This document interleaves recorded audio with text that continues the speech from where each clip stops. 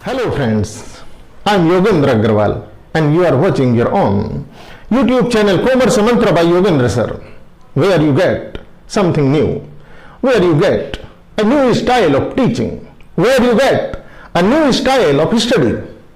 Students, जैसा कि आप जानते हैं लास्ट वीडियो में हम बात कर रहे थे इनकम एंड एक्सपेंडिचर अकाउंट के बेसिक कंसेप्ट के बारे में, थ्योरी के बारे में।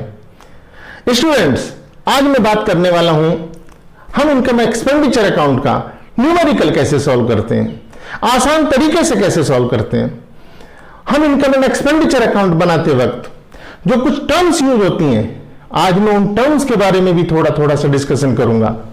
मैं आपको यह भी बताऊंगा कि किस तरह से हम आउटस्टैंडिंग और एक्रूड इनकम का ट्रीटमेंट करते हैं, प्रीपेड एक्सपेंसेस और एक्रूड इनकम का ट्रीटमेंट करते हैं। स्टूडेंट्स, इस जो क्वेश्चन आज हम सोल्व करने वाले हैं उस क्वेश्चन की सहायता से मैं आपको कई सारी चीजें सिखाने वाला हूं। वीडियो को अंत तक देखिए, यह केवल एक क्वेश्चन नहीं बल्कि इसके सहारे से बहुत सारी चीजें सीखने का अवसर है।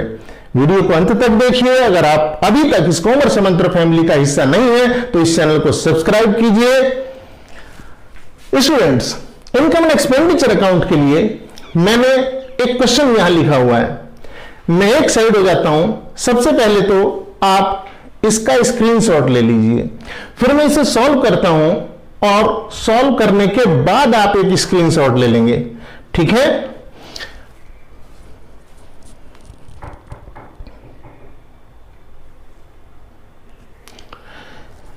आई थिंक आपने ये स्क्रीनशॉट ले लिया होगा। अब इस क्वेश्चन को आप मेरे साथ पढ़िए। बेसिक क्वेश्चन है लेकिन इसकी सहायता से कई सारी चीजें हम सीखने वाले हैं। स्टूडेंट्स, यहां लिखा है from the following information prepare income and expenditure account. Students, हम जानते हैं कि नॉन प्रॉफिट ऑर्गेनाइजेशन के केस में फाइनल अकाउंट जब हम बनाने की बात करते हैं तो फाइनल अकाउंट बनाते हुए हमें रिसीप्ट एंड पेमेंट अकाउंट बनाना पड़ता है, इनकम एंड एक्सपेंडिचर अकाउंट बनाना पड़ता है, बैलेंस शीट बनानी पड़ती है। इनको बनाने के आसान तरीके क्या हो सकते हैं, हम इस बात का डिस्कशन कर रहे हैं। इनकम एंड एक्सपेंडिचर की बात हम आज करेंगे। इनकम एंड एक्सपेंडिचर का क्वेश्चन करने से पहले मैं एक बार फिर से आपको रिपीट कर दूं कि इनकम एंड एक्सपेंडिचर बनाते हुए हम ये ध्यान रखते हैं कि ये एक जो इसके नेचर है अकाउंट की, उस हिसाब से हम इसमें रेवेन्यू इनकम और रेवेन्यू एक्सपेंसेस की बात करेंगे। जब हम इसमें यहां लिख रहे होंगे तो हम देखेंगे कि ये रेवेन्यू है या नहीं है। अगर ये रेवेन्यू एक्सपेंडिचर नहीं है तो फिर हम यहां नहीं लिखेंगे। अगर ये एक्सपेंडिचर इस पर्टिकुलर अकाउंटिंग पीरियड का नहीं है जिसकी भी हम बात कर रहे होंगे तो भी हम उसे यहां नहीं लिखेंगे, हम उसे यहां से बाहर करेंगे। और यही कारण है कि हम आउटस्टैंडिंग एक्सपेंसेस का कंसेप्ट पढ़ते हैं, यही कारण है कि हम प्रीपेड एक्सपेंसेस का कंसेप्ट पढ़ते हैं, यही कारण है कि हम एक्रूड इनकम हमारी पिक्चर में आती है, एग्जिस्टेंस में आती है। स्टूडेंट्स, यहां पर लिखा हुआ है पहला point, fees collected including 1,60,000 for the previous year. ये कहते हैं कि हमने फीस कलेक्ट की 7,60,000 रुपीज, लेकिन इसमें जो इंक्लूड है 1,60,000 वो तो प्रीवियस ईयर की है। इसका मतलब इसका हमें ट्रीटमेंट करना पड़ेगा। अब ये आउटस्टैंडिंग एट द बिगिनिंग है या आउटस्टैंडिंग एट द एंड है, हमें सबसे पहले तो ये डिसीजन करना है, क्योंकि अगर आउटस्टैंडिंग एट द एंड है तो उसे हम ऐड करेंगे और अगर आउटस्टैंडिंग एट द बिगिनिंग है तो हम उसे लेस करने वाले हैं। हम इस परफॉर्मे की बात इसे आगे चलने से पहले करना चाहते हैं। देखो बच्चों, यहां पर क्या लिखा हुआ है, यहां मैंने इस साइड में जब हम इनकम एंड एक्सपेंडिचर अकाउंट बनाते हैं तो इनकम एंड एक्सपेंडिचर अकाउंट में एक साइड हमारी एक्सपेंडिचर की है, एक साइड हमारी इनकम की है। जिस भी टाइप की हम इनकम कर रहे होंगे वो सब यहां लिखेंगे और जिस भी टाइप के हम जो भी हम एक्सपेंसेस कर रहे होंगे वो हम यहां लिखने वाले हैं। लेकिन एक्सपेंसेस में हम उन एक्सपेंसेस का एडजस्टमेंट करेंगे जैसे प्रॉफिट एंड लॉस में 11th क्लास में किया करते थे। हम आउटस्टैंडिंग अगर कोई एक्सपेंस है, अगर प्रीपेड कोई एक्सपेंस है तो उसका हम ट्रीटमेंट भी करेंगे। जैसे मैं आपको इस परफॉर्मेंस में एक एग्जांपल देता हूं। यहां हमारी सैलरीज मैंने लिखी है, 2 सैलरीज। अब ये जो सैलरी मैंने लिखी है ये सैलरी अगर टोटल इसी साल से रेलेवेंट है, अगर इसी साल की ये सैलरी है तब तो कोई बात नहीं। लेकिन अगर हमने नेक्स्ट ईयर के लिए भी कुछ पेमेंट कर दिया है या लास्ट ईयर की कोई सैलरी थी जो हम इस साल में कनेक्ट, इस साल से सीधे कनेक्ट नहीं है, तो उसका हम एडजस्टमेंट करेंगे। कैसे? अगर ये आउटस्टैंडिंग एट द एंड है, मतलब हमें साल के अंत में पता चला कि हमने मान लो 1 लाख रुपए हमने सैलरी दे दी, अरे 20,000 तो भी देना बाकी है, तो इसे हम कहते हैं आउटस्टैंडिंग एट द एंड। अगर मैं बात करूं इसे टेक्निकली अकाउंट की भाषा में, तो एक्सपेंस या मैं सैलरी का एग्जांपल ले रहा हूं, तो salary due but not paid, salary due but not paid, इसको कहते हैं आउटस्टैंडिंग। प्रीपेड, अगर यही सैलरी का रूप प्रीपेड का होता तो कैसा होता? सैलरी हमारी ड्यू नहीं हुई लेकिन हमने पेमेंट कर दी, मतलब salary not due but paid, तो इसको हम कह देते हैं प्रीपेड।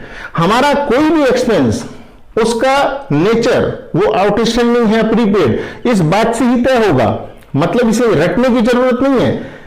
अगर हाँ, इतना जरूर याद रखिए कि अगर आउटस्टैंडिंग एट द एंड है तो वो ऐड होगी, और अगर वो आउटस्टैंडिंग एट द बिगिनिंग है तो वो लेस हमें करनी पड़ेगी। और ये मैं सैलरी की ही बात नहीं कर रहा हूं, अब मैं यहां आपको थोड़े से वाइड रेंज में सिखाना चाहता हूं कि कोई भी एक्सपेंस, अगर ये परफॉर्मे में ये लिखा है, अगर मान लीजिए आपने 10 क्वेश्चन किए, 10 क्वेश्चन में कुछ चीजें लिखी हैं, केवल वो नहीं, आप लोग ये मान करके चलिए कोई भी एक्सपेंस, एनी एक्सपेंस, सभी का ट्रीटमेंट एक सही होगा। जैसे मान लीजिए मैं बात करूं, यहां पर लिखा हुआ है सबसे नीचे आप देख पा रहे होंगे इंश्योरेंस प्रीमियम, और लेस लिखा हुआ है प्रीपेड। ये क्या चक्कर है? तो इंश्योरेंस प्रीमियम, बच्चों आप लोग जानते हैं कि जो इंश्योरेंस प्रीमियम का पेमेंट होता है वो अकाउंटिंग पीरियड के हिसाब से नहीं चलता है। हमारा अकाउंटिंग पीरियड तो मान लीजिए 1 अप्रैल को शुरू हुआ, तो क्या हम 1 अप्रैल को ही इंश्योरेंस कराएंगे? The answer is no. Insurance policy तो हम कभी भी ले सकते हैं बीच में। सपोज करिए हमने 1 जून या मान लीजिए 1 जुलाई को हमने एक इंश्योरेंस पॉलिसी ली, अपने स्टॉक को इंश्योर कराया जो हमारे पास स्टॉक है, या हमने अपनी कोई अपने एनपीओ से संबंधित कोई इंश्योरेंस पॉलिसी ली है। अब वो इंश्योरेंस पॉलिसी सपोज करिए 1 जुलाई को हमने ली है, तो भी इसका प्रीमियम जाएगा। आपकी जानकारी के लिए बता दूं कि वो प्रीमियम 9 मंथ का नहीं जाएगा कि चलो जी हमारा अब अकाउंटिंग पीरियड के 3 महीने तो निकल गए, अप्रैल, मई और जून, 1 जुलाई को हम ले रहे हैं पॉलिसी, तो अब बचे इस साल के 9 मंथ, तो हम 9 मंथ के लिए प्रीमियम देंगे। नहीं जी, इंश्योरेंस कंपनी आपसे 12 मंथ का ही प्रीमियम लेगी, और बस यहीं से प्रीपेड इंश्योरेंस प्रीमियम का जन्म होगा। अब ये insurance premium next accounting period से संबंध रखता है, जो 3 महीने का आपने ज्यादा दे दिया है, तो क्या करें? इसका ट्रीटमेंट करना पड़ेगा, ये प्रीपेड कहलाएगा, और प्रीपेड हमको यहां लेस करके दिखाना पड़ेगा। ओके, आउटस्टैंडिंग अगर एट द एंड है तो हम ऐड करते हैं, अगर प्रीपेड एट द एंड है तो हम उसे लेस करेंगे। अगर आउटस्टैंडिंग एट द बिगिनिंग है, एक्सपेंस की मैं बात कर रहा हूं, अगर आउटस्टैंडिंग एट द बिगिनिंग है तो उस कंडीशन में हम उसे लेस करेंगे, लेकिन अगर प्रीपेड एट द बिगिनिंग है तो हम उसे ऐड करेंगे। आई थिंक मेरी बात आपके समझ में आ गई है। चीजों को रटने की बजाय जिस एंगल से मैं चीजों को समझा रहा हूं, इस तरह से समझने के बाद आप एक क्वेश्चन करके भी ऐसा फीलिंग ले सकते हैं कि आपने 10, 20, 30 क्वेश्चन कर लिए हैं, and you are now perfect at the point और कंसेप्ट। तो स्टूडेंट्स, यहां कुछ टॉपिक्स लिखे, मैं इनके बारे में बात करता हूं। जैसे मान लीजिए एक यहां मैंने लिखा है ऑडिट फीस, ये परफॉर्मेंस में मैंने लिख दिया है आपको समझाने के लिए। ऑडिट फीस क्या होती है जानते हो आप? नहीं जानते हो तो जान लो। वैसे ऑडिट आपके लेवल पर 11th 12th में अभी आपको पढ़ने को नहीं मिलेगा, ऑडिट से सीधे सीधे आपका कोई वास्ता नहीं पड़ेगा, लेकिन फिर भी आपको ऑडिट का जानकारी होना चाहिए। ऑडिट क्या होता है? हम जब अपने अकाउंट बनाते हैं तो उन अकाउंट्स को बनाने के बाद उनकी जांच कराना भी तो जरूरी है, उनकी चेकिंग कराना भी तो जरूरी है। तो वो जो चेकिंग है वो कंपलसरी भी हो सकती है, मतलब लीगल रिक्वायरमेंट भी हो सकती है। अगर लीगल रिक्वायरमेंट है तो भी, और अगर हमने अपनी स्वेच्छा अपनी मर्जी से उसको कराया है तब भी। जब हम उसकी जांच कराएंगे तो जो व्यक्ति जांच करेगा उस जांच करने के प्रोसेस को हम ऑडिट कहेंगे, और जो वो हमसे चार्ज करेगा उसे हम ऑडिट फीस कहेंगे। हमारे लिए, बिजनेस के लिए वो एक्सपेंस होगा, और वो एक्सपेंस को हम कहां लिखेंगे? ऑफ कोर्स एक्सपेंस की साइड में लिखेंगे, एक्सपेंडिचर की साइड में ही लिखेंगे। आई थिंक मेरी बात आपके समझ में आ गई है।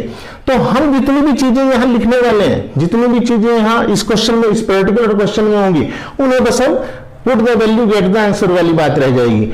अगर आप कंसेप्ट वाइज चीजें समझ जाएंगे तो फिर क्वेश्चन कुछ नहीं, put the value get the answer. I think मेरी बात समझ में आ गई आपको।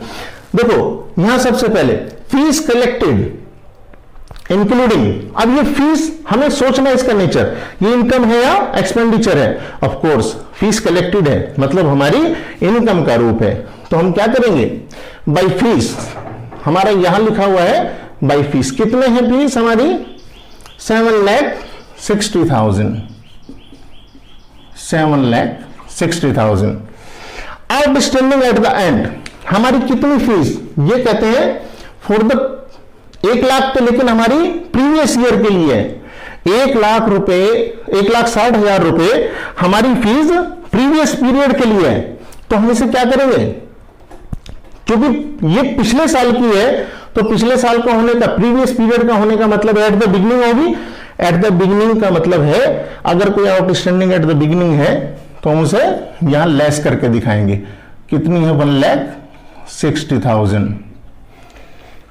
अच्छा, नेक्स्ट पॉइंट हमारा क्या है? Fees outstanding for the year. हमारी 20,000 की फीस आउटस्टैंडिंग रह गई है, ये इसी ईयर से संबंधित है, लेकिन अभी हमें मिली नहीं है, तो ये हो जाएगी आउटस्टैंडिंग एट द एंड, और ये हो जाएगी 20,000। देन 7,80,000, और यहां से हम इसमें से 1,60,000 लेस कर देंगे, तो कितना बचेगा? 6,20,000। आई थिंक मेरी बात समझ में आ गई है।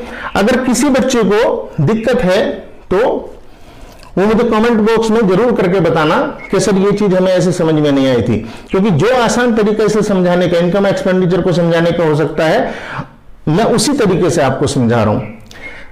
हमारा नेक्स्ट पॉइंट क्या है? Entertainment expenses. हमारे एंटरटेनमेंट एक्सपेंसेस कितने? 6,000 रुपीज के दिए, तो एंटरटेनमेंट एक्सपेंसेस हमारे 6,000 रुपीज के। ये लो जी, कुछ नहीं करना, सीधे 6,000 रुपीज लिख दिए मैंने। इसके बाद में नेक्स्ट हमारा क्या है? ट्रेवलिंग एक्सपेंसेस है। ट्रेवलिंग एक्सपेंसेस कितने हैं? 12,000 रुपीज। तो ट्रेवलिंग एक्सपेंसेस 12,000 रुपीज, ये लो जी 12,000 रुपीज। इसके बाद में हमारा क्या दिया है? Salaries paid. हमने सैलरी पे की, लेकिन including 6,000 for the previous year. 6,000 रुपए हमने 6,000 रुपए तो प्रीवियस ईयर के लिए दिए हैं। Salary paid including 6,000 for the previous year. अब जो पिछले साल के हैं, यानी कि हमारे एट द बिगिनिंग रहे होंगे, तो हम इसे क्या ट्रीटमेंट करेंगे? यहां पर, यहां सैलरी पेड इंक्लूडिंग 6,000, सैलरी हमारे कितनी है? सैलरी 56,000, 56,000। अब आउटस्टैंडिंग एट द एंड होगी, तो उसको तो हम क्या करेंगे? ऐड करेंगे। लेकिन अगर आउटस्टैंडिंग एट द बिगिनिंग होगी तो उस कंडीशन में उसे लेस करेंगे। तो क्या करना चाहिए हमें? इसका हमें इसे लेस कर देना चाहिए। क्यों? क्योंकि ये प्रीवियस ईयर से संबंधित बात कर रहे हैं। तो 6,000 रुपीज, ये हमारा हो जाएगा 6,000 रुपीज। चलिए और एंट्री देखते हैं क्या क्या इसमें। हमारा नेक्स्ट है salary outstanding at the end of the year 2,000।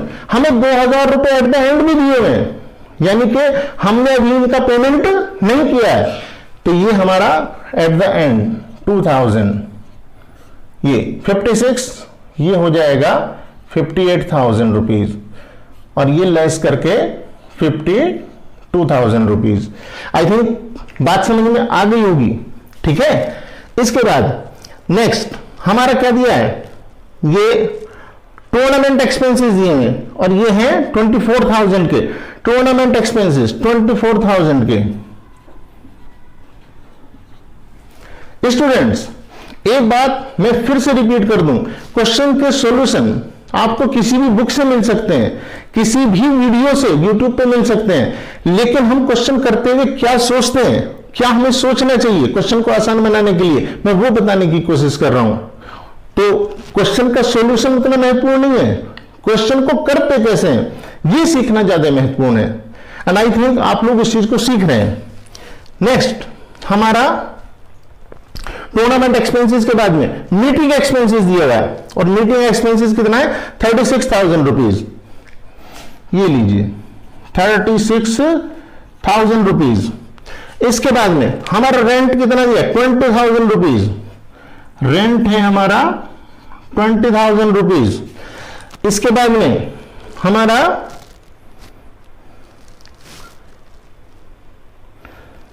Postage and telephone expenses है हमारे, पोस्टेज एंड टेलीफोन कितने के 30,000 रुपीज के। तो postage and 30,000 rupees.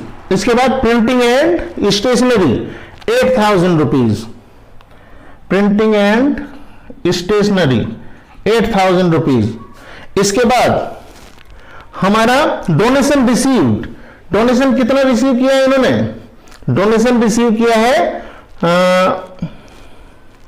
40,000 rupees. Donation received 40,000 rupees, ये हमारी डोनेशन है 40,000 रुपीज की। इसके बाद में हमारा ये कहते हैं परचेज बुक्स एंड पीरियोडिकल्स, इन्होंने 58,000 के ये पीरियोडिकल्स बुक्स परचेज किए हैं 58,000। यहां हमारे हैं purchase of books, books and periodicals, और ये है 58,000 rupees. 58,000 rupees less purchase of books, purchase of books कितने की है 38,000 रुपीज की, ये हम लेस कर देंगे 38,000 रुपीज। अब ये चीज तो हर उसमें लिखी हुई मिलेगी आपको, ऐसे लेस कर दो, लेकिन हमें यह भी सोचना है कि क्यों लेस किया हमने, यहां परचेज ऑफ बुक्स को क्यों लेस किया, क्योंकि ये कैपिटल एक्सपेंडिचर है और हमने बताया शुरू में कि कैपिटल एक्सपेंडिचर को हम इसमें नहीं लिखेंगे। ये एक्सपेंडिचर और इनकम का जो हमारा इनकम एंड एक्सपेंडिचर का जो अकाउंट है ये रेवेन्यू को लेकर बन रहा है, इसमें कैपिटल एक्सपेंडिचर को नहीं लिखेंगे। ओके, ये just like profit and loss, जैसे हम प्रॉफिट एंड लॉस अकाउंट बनाते थे उसी की नेचर का, उसी के तरीके से बनेगा। लेकिन इसमें चूंकि हमारा मोटिव नहीं है कि हम प्रॉफिट कमाएं, इसीलिए हम यहां प्रॉफिट या लॉस नहीं निकालते हैं, इसीलिए हम प्रॉफिट एंड लॉस अकाउंट नहीं बनाते हैं, बल्कि उसकी जगह हम इनकम एंड एक्सपेंडिचर अकाउंट बनाते हैं। और जो रिजल्ट आता है उस रिजल्ट को भी हम सरप्लस या डेफिसिट के नाम से जानते हैं, बजाय इसके कि हम उसे प्रॉफिट कहें या लॉस कहें, क्योंकि वो तो हमारा मकसद ही नहीं है। आई होप मेरी बात आपके समझ में आ गई है। देखो बच्चों, ये मैंने एंट्री इसमें फिल कर दी। इसके बाद यहां मैंने ऑडिट फीस लिखा हुआ है, डेप्रिसिएशन मैंने लिखा हुआ है, आप लोग जानते भी हैं डेप्रिसिएशन क्या होता है, 11th क्लास में पढ़ करके आए हैं। इंश्योरेंस का मैंने आपको डिटेल में बता दिया है। अब आप सोचिए यहां इस पर्टिकुलर क्वेश्चन में जो मैंने क्वेश्चन लिया है, एक बेसिक सा क्वेश्चन मैंने लिया है, क्योंकि मुझे आपको करते कैसे ये ज्यादा समझाना है बजाय डिफिकल्ट क्वेश्चन के, क्योंकि आप कितना भी अकाउंट का डिफिकल्ट क्वेश्चन उठा लीजिए आपको उसका सॉल्यूशन इजीली अवेलेबल हो जाएगा, लेकिन उसे करते कैसे हैं ये समझना महत्वपूर्ण है। इसलिए मेरा फोकस पूरी तरह से इस बात पर है, हमेशा इसी बात पर रहेगा कि क्वेश्चन को सॉल्व करते हुए किन बातों का हम ध्यान रखें। तो स्टूडेंट्स, यहां इस क्वेश्चन में ऑडिट फीस नहीं है, इस क्वेश्चन में डेप्रिसिएशन भी नहीं है, इंश्योरेंस प्रीमियम भी नहीं है, और यहां जो हमारा सेल ऑफ हमारे न्यूज़पेपर है इस क्वेश्चन में वो भी नहीं है, लेकिन मैंने परफॉर्मे के लिए लिख दिया कि अगर हम सेल करते हैं न्यूज़पेपर की तो वो यहीं पर आता। हमारा हॉल रेंट, सपोज करिए ऐसी ऑर्गेनाइजेशन के पास नॉर्मली एक हॉल होता है जिसे हम कॉन्फ्रेंस हॉल के रूप में भी यूज कर सकते हैं, उस हॉल का रेंट अगर आएगा तो इसकी इनकम होगी और वो इस साइड में ही लिखी जाएगी। इसके बाद सैलरी रिसीप्ट, मतलब छोटे छोटे पेमेंट इनको जो आ जाते हैं वो सैलरी रिसीप्ट जो रेवेन्यू नेचर के होंगे वो हम यहां लिखेंगे। इस क्वेश्चन में, पर्टिकुलर क्वेश्चन में नहीं है। हमारा gain on sale of fix asset, अगर हम अपनी कोई ऐसी फिक्स एसेट बेच देते हैं, कोई गेन हो जाता है, हमें फायदा हो जाता है, तो उसको भी हम यहां लिखेंगे। और इस पर्टिकुलर क्वेश्चन में वो भी नहीं है, लेकिन चूंकि मुझे परफॉर्मा भी साथ में समझाना था इस क्वेश्चन के, तो इसलिए मैंने ये सब चीजें लिखी आपको बताने के लिए। मैं अब इन्हें यहां से हटा देता हूं। ये हमारा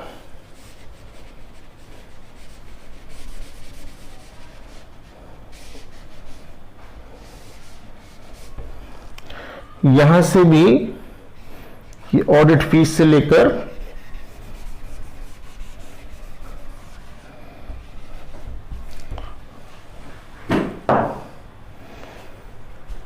चलिए, अब हमारा ये क्वेश्चन जितने भी हमें आइटम्स यहां दिए हुए थे वो सब मैंने लिख दिए हैं। और इस क्वेश्चन को अब अगर मैं कैलकुलेटर पे यहां आपको ऐसे टोटल करके दिखाऊं तो इधर का टोटल हमारा कितना आएगा, डोनेशंस कितनी थी हमारी 40,000।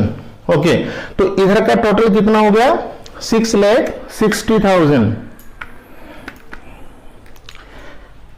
ये हो गया जी 6,60,000। आप लोगों के लिए कैलकुलेटर अलाउड नहीं है वैसे 11th-12th में। 6,60,000, तो इधर का भी मैं लिख देता हूं 6,60,000। अब जो यहां पर हमारा डिफरेंस आएगा वो प्रॉफिट नहीं बल्कि सरप्लस कहलाएगा। ओके, तो हम यहां पर लिखेंगे सरप्लस। ये हमारा सरप्लस हो जाएगा और ये सरप्लस आएगा 4,52,000। और इस तरीके से ये क्वेश्चन भी कंप्लीट और इनकम एक्सपेंडिचर का जो परफॉर्मा मुझे आपके साथ डिस्कस करना था वो कंप्लीट होता है।